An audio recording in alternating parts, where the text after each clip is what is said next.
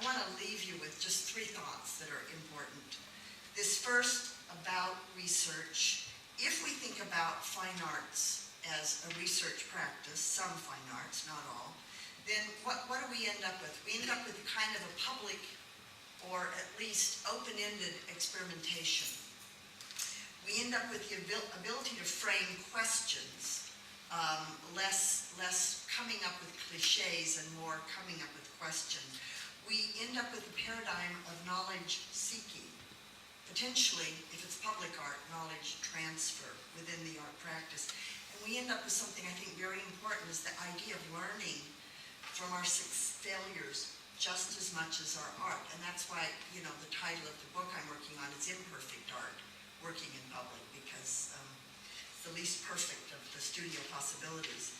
Now, the other thing it does is it positions universities as significant partners in this discourse. And I think Working in Public has been a very interesting, you know, brainchild of Ann Douglas, my thesis advisor, who's gone way beyond the rule in developing a very discursive, broad inquiry with lots of participation launching that as part of my research process. Well, that's a combination of the university and the art thinking coming together in this process that has brought us here tonight. So that's one thing. The second thing I want to leave you with is who's responsible for civic discourse? As I said, public discourse is perhaps not quite as eroded in Scotland as it is in the United States. At least in theory, you know, when I was growing up, public elected officials, organizational leaders, and civic non-elected officials, the kind of people I referred to in that Code 33, were responsible for the quality and the state of civic discourse. Well, look at the current presidency in my country and how he does not sponsor, support civic discourse. So here we have the highest elected, I promise not just going to do a Bush bash, but here we have, the symbolism of this I think is key. We have the highest office, elected office in our country, truncating at every possible moment civic discourse. So who is the responsibility? Is it suddenly dumped over on the artists of the world that we're supposed to be responsible for this with very little funding? I think the partnership between artists and the political sphere is most key in this area, is that you invite your public intellectuals and your public officials to talk about how to enrich this state of discourse. So finally, what would this experiment look like? How would it be supported? That's the question you ask. What accesses would it have? Would it have access to this kind of space? What negotiations and what compromises would be needed? I think one of the things people are always afraid about artists is they're like these wild cards.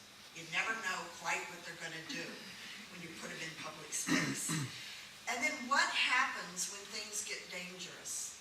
And my last point is that things will get dangerous. They always get dangerous in politics, we know that, right? You never know when a camera's, at least in America, when a camera's waiting to catch you at something you shouldn't be doing, according to the religious right.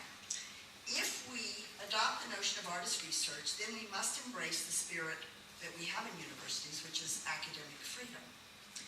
And here's a common misperception.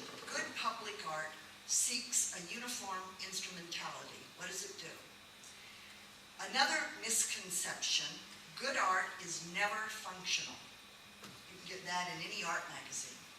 And so the question is, where do we sit in this discourse? At what point in time do we sit there? Is it function? Is it non-functional? So if I'm an artist and I go and I promise you I'm going to arouse a bunch of civic discourse and something goes very wrong and the Free Lumia protesters come in, you know, is that an example of a non-delivery in the social or functional realm, or is it a non-delivery in the aesthetic realm? And how do we chew on that? So what art does is it provides us with an opportunity to reflect upon the implications of our civic actions and the implication of the direction of our civic sphere, such as it is. If art is research in the territory between the aesthetic, the political, and the social, then it will not likely be either functional or non-functional at any given point in time. What it will be, in my book, if it's good, is experimental. It will take risks, it will raise discourse, and it will raise discord. It'll bring out the differences that exist. I think such art values above all the rights of both artists and citizens to raise difficult questions, formulating legitimate debate about what is happening within us, to us, between us, and by us to our various environments. Art in public, I would close by saying, is constantly reinventive process that's as rewarding and uncontrollable as is civic debate. Thank you.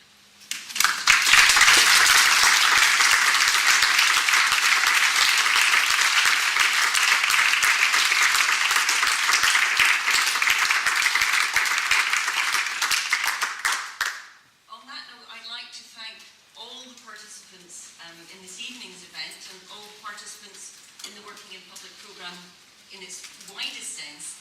At this stage, there's wine, there are canopies. I'd invite everybody to begin these conversations and to get dangerous as quickly as possible. Thank you very much.